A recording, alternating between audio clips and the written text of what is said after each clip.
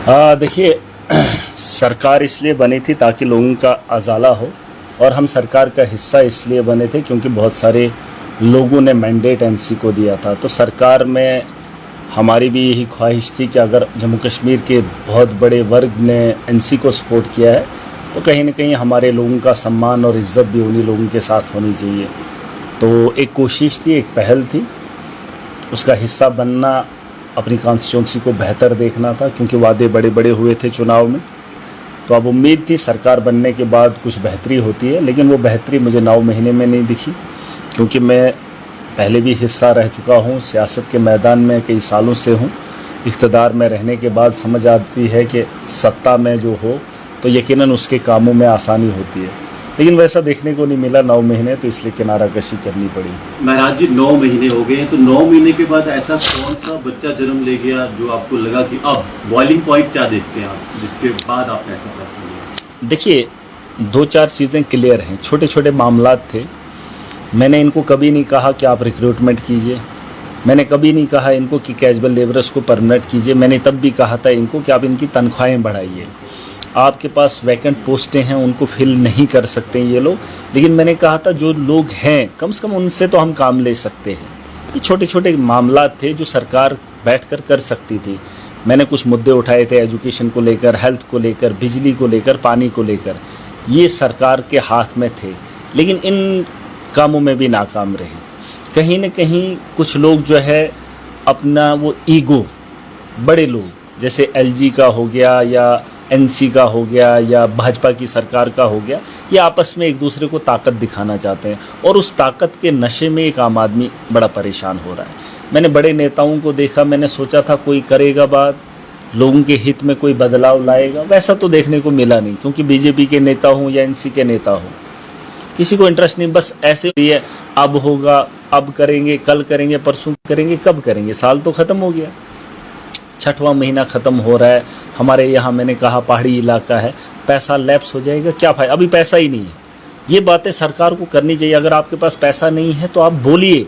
LG कह रहा है कि मेरे पास पुलिस है, पुलिस के बंदे चाहिए, मैं दे दूंगा, ये कोई तरीका है? अरे अगर मैं कहीं सरकार में होता, मैं सरकार में कुछ होता, तो जब मैं कोई काम करता, फिर अगर कोई अड़ंगा डालता तो पूरी ताकत से उसको जवाब देता। एलजी को रोकना बड़ी बात नहीं है, वो हमारे कामों में मुदाखलत जब करेगा तो तब देखेंगे, दुनिया देखेगी। लेकिन ना ये उसे बता रहे हैं, ना उस, मुझे नहीं लगता, मुझे खुद भी समझ नहीं आ रही। अरे अगर वो आपको रोक रहा है, आप कोशिश तो करिए। कोशिश उनने की ही नहीं। मैंने कहा था इनको, मैंने कहा था ट्रांसफ़र कर लीजिए, मैंने कहा था इनको सस्पेंशन ही डाल दीजिए। एक मिनिस्टर जो है सस्पेंड कर सकता है, और बहुत सारे ऐसे ऑफिसर हैं जो करप्शन में मिलावट से।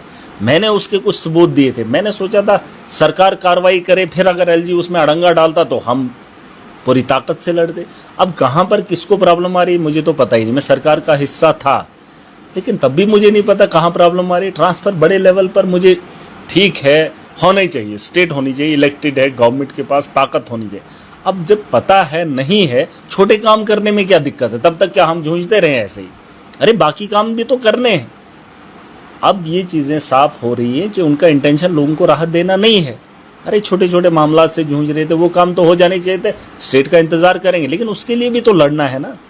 जहां आपको रुकावट आ रही है, दुनिया को बताओ, लोगों को बताओ कि लोकतंत्र के अंदर, जमहूरियत के अंदर, जमहूरियत को का जनाजा निकाला जा रहा है, और जनाजा निकालने का काम भाजपा के लोग करें। ना वो मुंह खोल रहे हैं, ना उनके खिलाफ कोई बोल रहा है, और न पता चल रहा है कि हो क्या रहा है। और ये हो के चक्कर में मैं परेशान था, और मैं इसका हिस्सा नहीं बनना चाहता हूँ। 9 महीने बीत जाते हैं। क्या कुछ और भी लोग आपसे बातचीत कर रहे हैं जो इंडिपेंडेंट हैं? क्या वो भी अच्छी सरकार से समर्थन वापस लेंगे? देखिए, ऐसा नहीं है, मैं कोई सरकार तोड़ने के फिराक में नहीं हूँ कि सरकार टूटे। बट मैं एक चीज़ बताना चाहता हूँ, देखिए मैं पब्लिक के वेलफेयर के लिए हूँ। मैं चाहता हूँ अगर एनसी को लगता है सेंटर की सरकार के बिना जो है काम नहीं हो सकता है, आप तो वैसे भी खा पी रहे हैं, साथ में बैठ रहे हैं, डॉक्टर जितेंद्र के साथ जा रहे हो, मोदी जी के साथ जा रहे हो, एलजी के बगल में बैठ रहे हो, तो उन्हीं के साथ सरकार बना के जम्मू कश्मीर की बेहतरी कर लीजिए ना। क्या ज़रूरी है?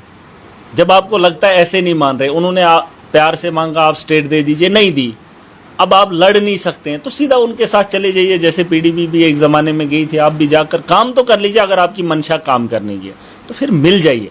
अगर आप मिल भी नहीं सकते हैं, उनके साथ मिलकर सरकार भी नहीं बना सकते हैं, तो फिर एक काम कीजिए, खड़े तो हो जाइए। मैं अभी भी, जब भाजपा के खिलाफ, सेंटर के खिलाफ, मोदी के खिलाफ एनसी के लोग खड़े हो जाएंगे तो महराज आपको खड़ा दिखेगा। लेकिन जब लोगों के लिए ये लड़ेंगे कि अपने घर को बचाने के चक्कर में उनके तलवे चाटेंगे, तो महराज को इतनी फुर्सत नहीं है। मैं जवाबदेह हूँ, जनता ने मुझे चुना है और मुझे जवाब आने जनता वाले देगी। समय में जैसा आपने कहा कि भाजपा के साथ भी अगर लोगों की भलाई के लिए आपको जुड़ना है तो जुड़िए, तो क्या महराज मलिक भी भाजपा के साथ जुड़ने नहीं को तैयार? नहीं, ऐसा मैं काम कराऊंगा।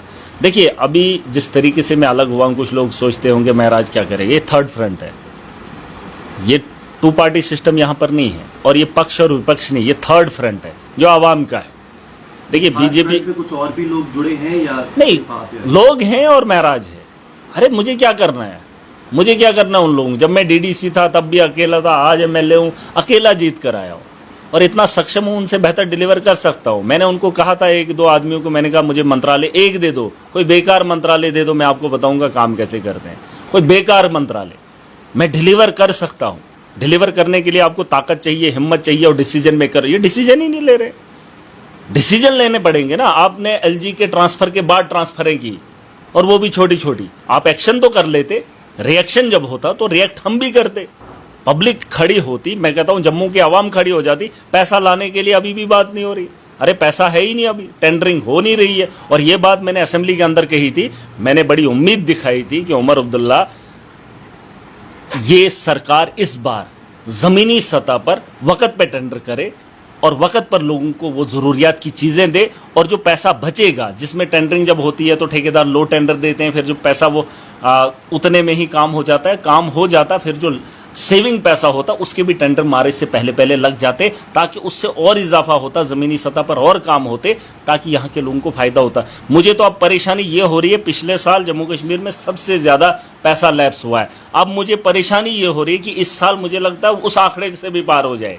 और अगर ये सरकार खामोश रही, मैंने तो एक धक्का दिया है ताकि इनकी अकल खुल जाए। मेरे से सरकार नहीं टूटेगी, मेरे से इनको अकल आएगी, इनको समझ आएगी और ये जम्मू कश्मीर की बेहतरी के लिए कुछ कदम उठाएंगे। अगर इन्होंने उठा लिया, अगर ये सूझबूझ वाले होंगे। देखिए, बहुत सारे लोग कहते हैं महराज के जाने से आने से क्या फर्क पड़ता है, लेकिन ये एक मैसेज है। मैं जम्मू कश्मीर की आवाम की तरफ से आपको बता रहा हूं कि आप कमजोरियां दिखा रहे, और अगर आज मैं हटा, कल अगर आप में से कुछ हट गए तो फिर बड़ी परेशानी हो जाएगी। क्योंकि अगर डिसीजन नहीं ले पाएंगे तो आपके साथ कब तक चलेंगे। जवाबदेही हर एमएलए की अपनी है। कॉन्स्टिट्यूंसी के अंदर एक एमएलए को चुना जाता है, पार्टियां बाद में होती हैं पार्टियां, लेकिन एमएलए जवाबदेह होता है। अगर एमएलए को जवाब देना पड़ा और अगर वो बताएगा कि सरकार खामोश है, तो मुझे नहीं लगता आप टिक पाओगे। महराज जी, आपने अपनी जो लाइव वीडियो आई थी उसमें कहा था कि अरविंद केजरीवाल की जो सरकार थी कुछ समय बाद ही उसने रिजाइन दे दिया था। तो आपसे भी, आपने भी लास्ट टाइम कहा था कि मुझे भी काफ़ी समय हो गया, 8 महीने हो गए, मैं भी कुछ नहीं कर पाऊंगा। तो क्या आने वाले समय में आप भी रिजाइन देंगे? नहीं, मैं लड़ूंगा। अरे मैं क्यों, मैं कौन सा इधर चीफ मिनिस्टर हूँ, मैं कौन सा चीफ मिनिस्टर हूँ। मेरे एक रिजाइन देने से क्या फर्क पड़ेगा, लेकिन मैं यहाँ बैठकर इनसे लड़ूंगा जैसे मैं लड़ रहा हूँ। अरे मैं लड़ाई अपनी लड़ रहा हूँ, खुद लड़ रहा हूँ। वो तो हाथ भी नहीं बटा रहे, वो तो मेरे डिस्ट्रिक्ट के अंदर बदलाव ही नहीं देखना चाहते। मैंने कहा छोटी छोटी चीजें हैं जिससे लोगों को राहत दी जा सकती थी, दिलाई जा सकती थी, लेकिन उस काम को करने के लिए भी ये लोग खामोश हैं। ये काम करने की नियत होती तो बात अलग थी। अब मैं इनको कह रहा हूं कि आपके पास वक्त है, समय है, 6 महीने बचे। कोई कहेगा 5 साल के लिए सरकार है, नहीं, मेरा ये मानना है कि इनको नवंबर तक सरकार चलानी, नवंबर तक। ये जो महीना बीत गया ना, अभी ये जो कुछ महीने बचे हैं नवंबर तक, अगर नवंबर से पहले पहले ये लोग जमीनी सतह पर डिलीवर कर गए तो मैं कह सकता हूं सरकार काम करने के उस फिराक में है। अगर इस बार भी पैसा लैप्स हो गया, ये 5 साल की क्या बात करेंगे, मुझे नहीं लगता ये टिक पाएंगे और लोगों के सामने जवाब नहीं दे पाएंगे। नवंबर में सरकार गिरने नहीं, आपको क्या लगता है, ये आपको 5 साल के लिए मैंडेट मिला है, फिर इस साल काम ही नहीं करोगे? इस साल क्या जमीनी सतह पर काम ही नहीं करना? वो पैसा लाना ही नहीं है। अरे पैसा लाने के लिए आपको लड़ना पड़ेगा, केजरीवाल बनना पड़ेगा, ये मजबूरी है इनकी। इनको बता दो। ये कह रहे थे नहीं हम बातचीत से बात करेंगे, बातचीत से, अरे देख लिए तुमने, मोदी के गुण भी गाए, उसकी तारीफों के फूल भी बांध दिए, कांग्रेस के दौर में काम हुए और मोदी जी के नेतृत्व में उसके इनॉग्रेशन क्या होगी तो उसका सारा क्रेडिट जो है मोदी को दे दिया, लेकिन तब भी नहीं मानेगा वो, तब भी नहीं मानेगा। अरे ये तुम इसको बताने से या मांगने से वो देने वाले नहीं है। किसी ने कहा मोदी का नाम डायरेक्ट लेता है, कुछ अंधभक्त हैं। अरे चीफ मिनिस्टर से मैंने बात की, बेबस है। एलजी से मैंने कोशिश की कि एलजी काम करेगा, बेबस है। मंत्रियों से मैंने कोशिश की, बेबस है। अब मुझे बताओ मैं किसको पकड़ूं? अरे मोदी को ही पूछूंगा ना। मोदी के देश के अंदर ये हो रहा है जहां चीफ मिनिस्टर बस है, एलजी काम नहीं करना चाहता है, जम्मू के 28 सीट हो। ये जो कह रहे हैं ना लोग, ये जो जाहिलों की जमात है, इनको बोलो पैसा अगर सेंटर से नहीं आ रहा है, वो सिर्फ मेरे लिए नहीं आ रहा है, वो या एनसी के लीडरों के लिए नहीं आ रहा है, वो तो जम्मू के 28 जो एमएलए हैं उन लोगों का भी पैसा नहीं आ रहा है। और अगर सीडी फंड्स का इस्तेमाल किस तरीके से ये बता रहे हैं करना, इनको शर्म आनी चाहिए। अरे बीजेपी वालों, अपने बारे में भी तो सोचो। या तो अपने लिए एक अलग कानून बनवाओ, जम्मू वालों के लिए अलग कानून बनवाओ। अरे पैसा तो मंगाओ। पूरी स्टेट के अंदर त्राही मची है, पैसा ही नहीं है, रिलीज ही नहीं है, फंड ही नहीं है, और ये बोलेंगे एलजी हमारा है, मोदी जी जिंदाबाद। अरे मोदी जी जिंदाबाद है, प्रधानमंत्री है, लेकिन उससे पैसा लाओ। जम्मू भी बदहाली में जा रहा है, कश्मीर को दबाते दबाते खुद डूब जाओगे। और ये अंधभक्ति की हद होती है। आप किसी को दफनाने के लिए कहीं खुद दफन ना हो जाओ, खुद उस गड्ढे में ना पड़ जाओ। 28 एमएलए, पूछो उनको क्या काम किया। बस एक बंदा बोल रहा है 10 साल में मोदी जी ने काम किया। अरे सड़कें बनाई, सड़कों के ठेकेदार ये हैं। पूछो 10 साल में स्कूल बनाया? पूछो इनको 10 साल में रोजगार दिया? बिल्डिंगें बनाई, बस जहां से फायदा हुआ वो बना डाला, उसके बाद क्या किया? अरे कभी स्कूल के अंदर ये लोग गए? इनको ये चीजें समझ नहीं आएंगी। अंधभक्ति की हद होती है। इन्होंने सड़कें बनाई, अपने इलाकों से निकाली, अपनी जमीनों से 10 रुपए की जमीन को करोड़ रुपया निकाला, जहां से इनको माल मिला वो काम इन्होंने किए। स्कूल की बिल्डिंगें बना सकते थे, बच्चों को तालीम बेहतर दे सकते थे, बिजली के निजाम को बेहतर कर सकते थे। अभी बिजली होती नहीं, किराया ले लेते हैं। सड़कें बनाई इन्होंने, टोल, जब जो ही सड़कें इन्होंने बनाई उसके साथ में टोल प्लाजा लगा लिए और तभी से टोल वसूलना शुरू कर रहे हैं। अंधभक्तों को बोल दो, जब से ये हाईवे बन रहा है तभी से टोल ले रहे हैं। तुमने पूछा अभी अधूरा सड़क है? और तब से अभी तक ये बिजनेस कर रहे हैं, और जहां इनको मफाद है वहां पर ये काम कर रहे हैं। गवर्नमेंट स्कूलों में इनको फायदा है नहीं, वहां गरीब का बच्चा पढ़ रहा है, उसके बारे में कोई बात ही नहीं करेगा। इंफ्रास्ट्रक्चर बनाना ही नहीं है, हॉस्पिटल के अंदर इलाज होना ही नहीं है, और डॉक्टरों को यूनिफॉर्म नहीं लगवानी, उनको पे कार्रवाई नहीं करनी है। मैंने एक मैडम के बारे में बोला, मधु मैडम, उसके फेक डॉक्यूमेंट्स है, गवर्नमेंट कहती है, एडमिनिस्ट्रेटरों की एक टीम बैठती है, लेकिन जब इतना बोलने के बाद भी ना एलजी काम कर रहा है ना चीफ मिनिस्टर काम कर रहा है। मुझे बताओ ये मोदी से काम करवाऊं? किससे करवाऊं? अरे हमारे हाथ में होता। मैंने कहा एक बार भी अगर कहीं मौका दिया होता, छोटा सा इदारा दिया होता, उस इदारे को बेहतर कैसे करते, नियत होनी चाहिए, मैं बताता काम कैसे करते हैं। जी आप बताइए, जिस तरह से उमर अब्दुल्ला कहते हैं कि यूटी के अंदर हमारे लिए काम करना बहुत मुश्किल है, वहीं अगर दूसरी तरफ देखा जाए तो एलजी गवर्नर जो कहते हैं कि मेरे पास सिर्फ डिफेंस है, बाकी सारा देखिए जो भी है वो काम करना यूटी के अंदर मुश्किल है, बोलना मुश्किल है, मुंह खोलना मुश्किल है। अरे मुंह तो खोल सकते हो ना, लड़ाई तो लड़ सकते हो ना, दुनिया के सामने नंगा तो कर सकते हो ना। अरे ना आप बोलोगे, ना आप करने की कोशिश करोगे। पूछो मैंने बोला था सस्पेंशन निकाल दो, अरे ये तो सस्पेंशन निकालना ही नहीं चाहते। जब उसमें अड़ंगा होता कितने लोग ऐसे हैं जिनके रिकॉर्ड गलत हैं, जिनकी फाइलें बनी हुई है, कार्रवाई कर लेते। फिर अगर एलजी किसी की सिफारिश करता या किसी के ऑर्डर को नहीं मनवाता तो फिर जाके हम सवाल पूछते। कहीं न कहीं जब ये मंजरे आम पर बात ही नहीं आ रही है, और एलजी तो कह रहा है, उसने तो कहना ही है कि हाँ मेरे पास पुलिस है, पुलिस के बंदे किसी को चाहिए मैं दे दूंगा। अरे सही तो बोल रहा है, क्योंकि ये बात कभी खुल के आई नहीं कि एलजी जो है अड़ंगा डाल रहा है। एलजी से लड़ना पड़ेगा, मोदी से लड़ना पड़ेगा, आपको बोलना पड़ेगा। और आज भी अगर तैयार है, मैंने इनको कहा था दिल्ली चलो, जम्मू कश्मीर के अंदर नहीं, दिल्ली के जंतर मंतर पे दुनिया को बताते कि इन लोगों का नंगा नाच क्या है। ये जम्मू कश्मीर की आवाम को नीचा दिखाना चाहते हैं और अपने दबदबे को जबरदस्ती के तौर पर यहाँ के जमहूरियत का कत्ल करना चाहते हैं, जो हमें मंजूर नहीं है। बहुत सारी चीजें जिनको समझना है, और उमर अब्दुल्ला की सरकार को, एनसी के लोगों को मैं बताना चाहता हूं, आपको वोट दिया है काम करने के लिए। स्टेट हमें चाहिए, लेकिन जब तक स्टेट नहीं है हमें काम भी चाहिए, ये सबसे बड़ा इंपॉर्टेंट है। और अरविंद केजरीवाल को जहां तक कह रहे थे कि केजरीवाल नहीं बनना है, अरे बनना पड़ेगा अगर आपको काम करने पड़ेगा। अगर आपको स्कूल बनाने की नीयत है तो केजरीवाल बनना पड़ेगा। अगर आपको हॉस्टल बेहतर करने तो केजरीवाल बनना पड़ेगा। अगर बिजली फ्री देनी होगी सबको तो केजरीवाल बनना पड़ेगा। अगर पानी को बेहतर करना है और फ्री देना है तो केजरीवाल बनना पड़ेगा। ये चीज सुन लीजिए। आखिरी सवाल रहेगा, जम्मू कश्मीर में नायब तहसीलदार के एग्जाम को लेकर उर्दू को मैंडेटरी किया गया है, जिसको लेकर अपोजिशन पार्टी लेफ्टिनेंट गवर्नर से भी इंटरव्यू करने को लेकर सीटें मिली है, उस पर आपकी क्या राय है? देखिए, ये बीजेपी क्या इंटरवेन करेगी किसी भी मसले में? यहाँ की बीजेपी को कोई पता नहीं है। इनको मुद्दा चाहिए, इनको बोलो इंटरवेन करो। जहाँ मैंने कहा था वो फायर एंड इमरजेंसी के अंदर स्कैम हुआ, उसमें क्यों नहीं करेगी बीजेपी इंटरवेन? जो लाठियां चली जहां स्कैम हुए एग्जाम के अंदर, वहां पे बीजेपी इंटरवेन नहीं करेगी। बस ये मुद्दा है, ये मुद्दा, ये बेवकूफों की जमात है। मुद्दा चाहिए इनको, हाँ भाई उर्दू नहीं चाहिए हमें। अरे उर्दू क्या है? उर्दू का सारा रिकॉर्ड जम्मू कश्मीर का है। आप किसी भी दफ्तर की फाइल उठाकर देखो, उसमें उर्दू है। आप थाने के अंदर चले जाओ, आप तो उसकी ट्रांसलेशन कर लोगे, लेकिन जब नायब तहसीलदार को किसी इलाके में जरूरत पड़ेगी, जब उसको कोई एप्लीकेशन दिखाएगा पुरानी, तो वो ट्रांसलेट कैसे करेगा? अब मोबाइल लेता फिरता रहेगा, अगर उसको उर्दू पढ़नी नहीं आएगी तो वो ट्रांसलेट कैसे होगी जो कागज पुराने हैं? अरे ये बाद में देखेंगे, फिलहाल आप इस मुद्दे पे क्यों चर्चा कर रहे हो? आप इस मुद्दे पे भी चर्चा करो ना कि आपने क्या किया है। इसके अलावा जो एग्जाम के अंदर स्कैम हुआ है उस पर भाजपा इंटरवेन कर रही है।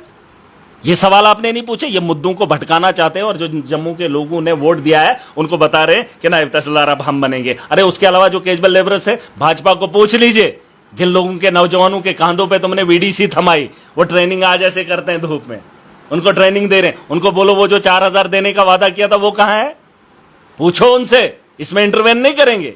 ये सवाल आप पूछ लीजिए जो जनता के हक के हैं। मैं लीडर हूं, मेरा जनता में से वो बेवकूफ नहीं है जिसको तुम बना रहे हो।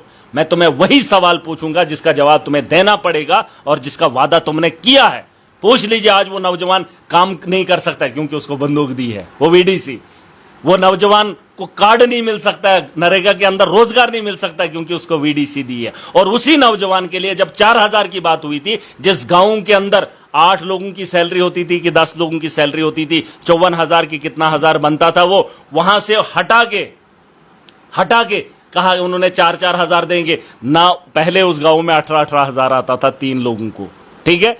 फिर जब उन्होंने कहा कि सब में बांटेंगे, अब डायरेक्ट उनके अकाउंट में जाएगा 4-4 हजार। पूछो वीडीसी वालों से, तुम्हें भाजपा के लोगों ने दिया? ये जो एलजी मनोज सिन्हा ने कहा मेरे पास पुलिस है, और पुलिस का वो आखिरी पाए वाला खिलाड़ी जिसको गोली का शिकार आतंकवादियों की तरफ से बनना पड़ा था वहां पहाड़ियों के अंदर, यहां उधमपुर वाली साइड में, जिस वीडीसी वाले को शहीद किया था आतंकवादियों ने, उसके लिए आपने क्या सोचा? और जिन वीडीसी वालों को किश्तवाड़ के अंदर 2 लोगों को मौत के घाट उतार दिया था, उन वीडीसी वालों को ना आपने ट्रेनिंग दी और ना आपने तनख्वाह दी, सिर्फ बंदूक थमा दी। वो नौजवान है, वो काम करने के काबिल भी नहीं है। वो जम्मू काम करने के लिए नहीं जा सकता, वो घर को नहीं छोड़ सकता क्योंकि उसके घर के अंदर बंदूक है और ना उसका रोजगार है। क्या अंतिम सवाल मैं चाहूंगा ताकि आप इसको क्लैरिफाई करें, जो उर्दू मैंडेटरी, क्या आप उसके समर्थन में हैं या देखिए, समर्थन में नहीं, या आप देखिए क्लैरिफिकेशन नहीं, क्लैरिफिकेशन इसमें एलजी क्या मुदाखलत करेगा? मैं आपको एक ही बात, ये मुद्दा उतना बड़ा नहीं है।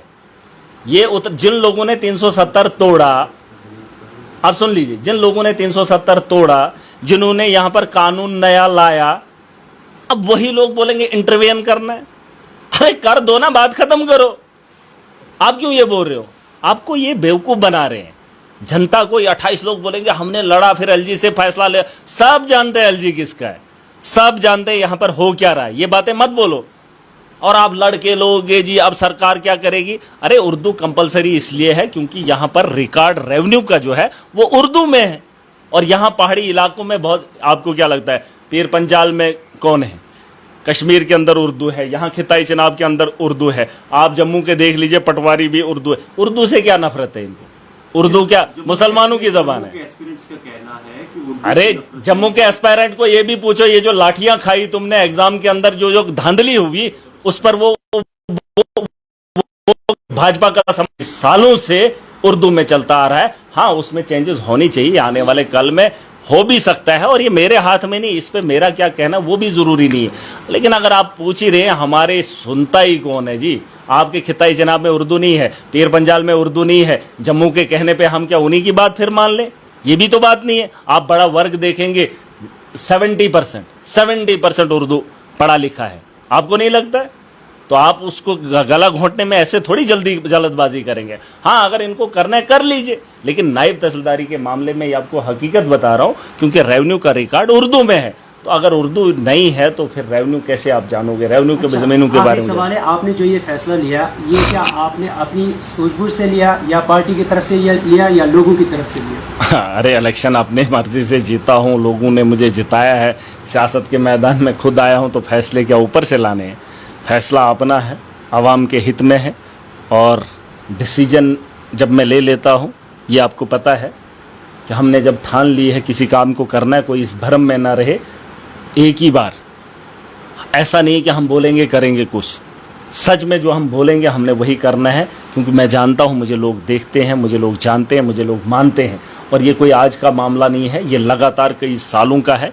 डिसीजन मैं खुद लेता हूँ और जिससे आवाम की बेहतरी और देश का मुस्तकबिल बेहतर हो। और इसमें कोई बुराई वाली बात नहीं है, क्योंकि भाजपा को मैंने सवाल पूछे थे जब उनके 10 साल यहाँ पर गुजरे थे। अब सरकार के 9 महीने बीत जाते हैं, अब सरकार को काम करना चाहिए था, लेकिन 9 महीने भी अगर वो यही डिंडोरा पीटेंगे कि हमसे क्या होगा, तो सवाल महराज उनसे करेगा। और इस भ्रम में मत रहना, इस भ्रम में मत रहना कि सवाल कैसे होंगे। सवाल वही होंगे जिस जनता ने तुम्हें वोट दिया है और जिस वादे को तुमने पूरा नहीं किया। और जो सवाल जनता नहीं पूछ सकती है वो थर्ड फ्रंट महराज लेकर आया है। मेरे साथ अगर एमएलए नहीं होंगे, मेरे साथ अगर सरकार नहीं होगी, पक्ष और विपक्ष नहीं होगा, लेकिन जनता का एक बहुत बड़ा गिरोह होगा जिसका जवाब तुम्हें देना होगा। महराज को हल्के में मत लेना। महराज की वजह से कांग्रेस मजबूत हुई है। कुछ लोग कह रहे थे इससे क्या फ़र्क पड़ता है, कांग्रेस मजबूत हुई है, पता कर लेना। कांग्रेस मजबूत है। मैं चाहता हूं कि कांग्रेस के लोग अब इन्हें मजबूर करें ताकि जम्मू कश्मीर की आवाम के साथ किया हुआ वादा उसे पूरा करवाइए, और इसकी मैं उम्मीद करता हूँ। हाल फिलहाल में हाईएस्ट रेलवे ब्रिज का इनाग्रेट किया गया पीएम मोदी की तरफ से कटरा में।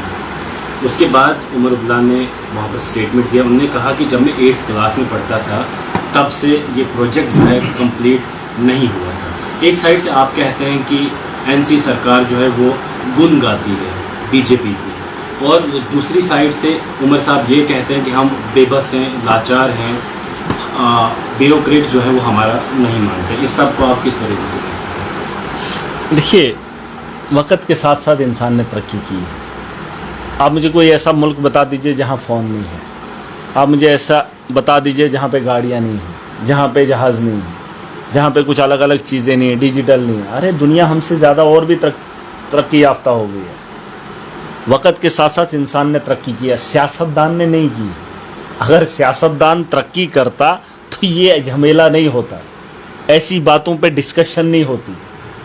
आज जिस मुकाम पे हम खड़े हैं, मैं दुनिया को बता रहा हूँ, जम्मू कश्मीर की आवाम को बता रहा हूँ, दुनिया के अंदर लोगों ने सोच बदली है और दुनिया का ये माहौल है। सियासतदान की सोच न तब बदली है और ना अब बदली, सिर्फ लोग बदले हैं तो इतना बड़ा चेंज आया है। उसको बनाने के लिए लीडर नहीं चाहिए होता है, इंजीनियर चाहिए होता है। इंजीनियर एक आम आदमी है, लेबर चाहिए होती है जो उसको बनाने का काम करती है। ये चीज़ें इन लोगों को बता दो। गुन तभी गाओ जिसमें मज़ा हो। आपको सलाह देने वाला भी एक आम आदमी होता है जिसको सियासत के साथ वास्ता नहीं है। मुझे नहीं लगता है कि जो ये गुन गा रहे हैं या जब बातें कर रहे हैं टनल बना या कुछ भी बना, ये तो ज़रूरत है, देश वहाँ पर बनना था, ये क्यों लंबा खींच कर नहीं बनाया। वहाँ पे उतने पुल की ज़रूरत थी, अब आर्किटेक्चर ने वो डिज़ाइन तैयार किया, उस पर सरकार ने पैसा लगाया, घर का तो लगा नहीं है। ये हमारे टैक्स का पैसा और हम लोगों के लिए राहत का काम किया। अगर एक काम कर भी लिया है, लेकिन उसी पुल से कितनी कमाई हुई होगी इन सरकारों की, इसमें से मुझे लगता है 10 चुनाव ये लड़ लेंगे। ठीक है, जितने पे वो काम हुआ है। जिस तरीके से आप कहते हैं कि आप भी मजबूर हैं, उसी तरीके से मैं मजबूर नहीं हूँ। किसने कहा मैं मजबूर हूँ? जिस तरीके से आप अरे मैं अगर नहीं मानते, अरे किसने कहा मैं मनवाऊंगा? अरे मनवान तरीके से आप कहते हैं मेरे पास पावर नहीं है, अरे इनके पास कर नहीं सकता, नहीं, किसने बोला? सस्पेंड नहीं कर सकता। अरे सस्पेंड कर सकता मंत्री। आप मुझे बताइए उसी तरीके से। मुझे एक बात बता दी, मैंने कब बोला मैं सरकार में हूँ क्या? अरे मैं सरकार में क्या मंत्री हूँ? सुन लीजिए मेरे, नहीं आप सुन लीजिए, अरे सुन तो लीजिए मेरी बात। सरकार का हिस्सा था, मैंने सोचा था बहती गंगा में हाथ धो लेंगे, अपने लोगों के काम करा लूंगा। अरे ये मंत्रालय थोड़ी मुझे देते, इनको पता था इसको मंत्रालय दे देंगे, ऐसे काम करेगा, ताड़ फाड़ हो जाएगा, हम तो हक्का बक्का रह जाएंगे। इनको लगता है महराज की तरह, मेरा स्टाइल नहीं। अरे मेरा स्टाइल नहीं, केजरीवाल स्टाइल नहीं, तुम्हारा कौन सा स्टाइल है? 9 महीने तो तुमने चूं तक नहीं किया, किसी जू को रेंगते हुए तुमने रोका भी नहीं, किसी चोर को हाथ दे के अंदर भी नहीं किया, ना उससे सवाल पूछा। अरे मॉडल बनना पड़ेगा, किसी का तर्ज आपको इख्तियार करना पड़ेगा, इस भरम में मत रहिए। और मैं ये नहीं कह रहा हूं कि मुझसे नहीं हो, मैं लीडर हूं, मैंने कहा मैंने सरकार का सहारा छोड़ दिया, अरे मैं तो उसके अंदर तकलीफ महसूस कर रहा था। अब सरकार में बैठकर बोलता भी था, लेकिन उतना नहीं बोल पाता था। मैं समझता था क्या पता आज करेंगे, कल करेंगे। इनके पास तो आज से पहले भी सरकारें थी, इनको मंशा है ही नहीं काम करने का। बात वो नहीं, सरकार मेरा नहीं सुनती है, लेकिन मैं सुना तो रहा हूं, चिपका तो रहा हूं। कॉपी पेस्ट जो आवाम मुझे दे रही है वो तो किसी को थोप रहा हूं ना, ये तो मुंह भी नहीं खोल रहे। अरे मैं ठीक करूंगा, मैंने कहा है, मुझे आवाम ने ताकत दी है, और जो आवाम के पैसे के टैक्स के पैसे से जो मुलाजिम है, उस मुलाजिम को मैं तो काम लूंगा मेरी कॉन्स्टिट्यूंसी के अंदर, इतनी तो गारंटी है। आखिरी सवाल, असेंबली में अब आप जाएंगे, उस वक्त जब आप पिछली बार गए थे तो आपने सवाल किया था अपोजिशन से, अब जो है सरकार से, भाजपा जो थी उनसे आप पूछते थे, मगर इस बार आपकी जो है अपोजिट में एनसीपी होगी जिसका आप हिस्सा थे, तो आपने अपने लाइव में भी कहा था अब सवाल जो है उमर अब्दुल्ला से जो है वो पूछे जाएंगे, तो आप किस तरीके से? देखिए, पूछा यही जाएगा। 6 महीने बीत गए, अभी तक पैसा नहीं आया है, अभी तक टेंडरिंग नहीं हुई, काम कब होगा? आपको क्या लगता है? आप डिस्ट्रिक्ट डोडा के, मुझे कोई बता दे कि काम कब होगा? जब टेंडर ही नहीं हुए हैं, काम कब उठाए जाएंगे? कौन ठेकेदार आएगा? फिर काम होगा, फिर जो है वो सेविंग वाला पैसा लगेगा। मेरी मंशा वो है कि ज़मीनी सतह पे काम हो। आपको क्या लगता है? ये सवाल आपको नहीं है? ये क्या 9 महीने तक काम नहीं करेंगे? आप पूछेंगे नहीं? अरे मेरा पैसा है, मेरा डिस्ट्रिक्ट है, ये जरूरी नहीं मेरी कॉन्स्टिट्यूंसी में प्रॉब्लम आ रही है, ये तो पूरे स्टेट के अंदर प्रॉब्लम, पूरे जम्मू कश्मीर के अंदर प्रॉब्लम। लेकिन किसी को तो मुंह खोलना पड़ेगा, इनको तो जगाना पड़ेगा। मैंने कहा आज अगर मैं 2 कदम पीछे आया हूं, कांग्रेस के हाथ हमने मजबूत किए ताकि कांग्रेस इनको बोले, इनको मजबूर करे काम करने के लिए। इनके पास बहुमत है। अगर ये समझते हैं कि हमें काम नहीं करना है, सेंटर के साथ मिलकर करना है, तो फिर जाइए, आज ही मौका है। ताकि इस साल मुझे काम चाहिए, इस साल मुझे कोई भी ये ऐसा नहीं चाहिए कि नहीं हम नहीं कर सकते थे, एलजी था, ये था, वो था, फलान था, ढिनका था, ये हम नहीं सुनेंगे। हमने वोट दिया है स्कूल बेहतर बनाने के लिए। आप स्कूल तो बेहतर कर लीजिए, पहले स्कूल बना दीजिए, बिजली का निजाम बेहतर कर दीजिए, हॉस्टल बेहतर कर दीजिए। जब हमें लगेगा कि आपको बीजेपी से प्रॉब्लम है तो पूरी आवाम सड़कों पर आकर आपके साथ खड़ी हो जाएगी। लेकिन फ्रंट लीड किसको करना पड़ेगा? बीजेपी के खिलाफ लड़ने के लिए किसको खड़ा होना पड़ेगा? आप मुझे बता दीजिए ना। उसको लिए तो उनके हाथ मजबूत किए ना, सरकार बनाई है। तो वो जब निकलेंगे नहीं बीजेपी के खिलाफ, तो एक आम आदमी क्या करेगा? आम आदमी का गुस्सा इन्हीं से है, क्योंकि ये सरकार में है। या तो सरकार छोड़ दे, या तो भाजपा के साथ मिलकर सरकार चलाएं, 2 ही चीजें। और जो कांग्रेस बैठी हुई है, उस कांग्रेस को भी मैं बताना चाहता हूं, अब आपके पास ताकत है। पहले इनको खौफ नहीं होता था, हाँ जी इंडिपेंडेंट आगे मुफ्त में समर्थन दे दिया है, हमने दिया था जम्मू कश्मीर की आवाम को देखकर। अगर आप मुंह भी नहीं खोल रहे हैं, बोल भी नहीं पा रहे हैं, काम भी नहीं कर पा रहे हैं, कांग्रेस को मैंने मजबूत किया है। जो 6 सीटें उनकी हैं, आप वो फैसला करवाइए। और जो मंत्रालय इन्होंने नहीं दिए अभी तक, क्यों नहीं दिए मंत्रालय? जब सकीना तो मंत्री बन सकती है, दूसरे मंत्री बन सकते हैं, तो पूरे क्यों नहीं बन सकते? बाकियों को भी बना दो। 10-10 डिपार्टमेंट ले रखे हैं, ना एक चला रहे हैं, ना दूसरा चला रहा है, ना चपरासी को ठीक कर पा रहे हैं, ना किसी ब्यूरोक्रेट को ठीक कर रहे हैं। मंत्री बने बैठे हैं, हाँ जी ये लो जी चिट्ठियां, मुझे 400 से पार चिट्ठियां, मेरा सीरियल देख लेना, एक चिट्ठी का जवाब भी नहीं आया। अरे ऐसी सरकार को क्या करूं? ऐसे मंत्रालय को क्या करूं? जिस मंत्री को अपना भी नहीं पता, उसको क्या करूं? अरे हम चिट्ठी कुछ लिखे, हो कुछ और रहा है। अरे तुमसे नहीं हो रहा, मैं नहीं लिखूंगा, मेरे हालाके में जो भी आएगा मैं उससे काम करवाऊंगा। ये पूरी ताकत के साथ, ये मेरा अपना स्टाइल है। ये बोल रहे महराज स्टाइल नहीं, महराज बनना पड़ेगा। ये मजबूरी इसलिए क्योंकि छोटा हूं, लेकिन तुमसे छोटा नहीं हूं, अकल में तुमसे बहुत आगे हूं। 9 महीने जो मैंने बिताए हैं, मेरे लोगों की जो मजबूरियां हैं, उसे बेहतर करने के लिए खड़ा हुआ हूं।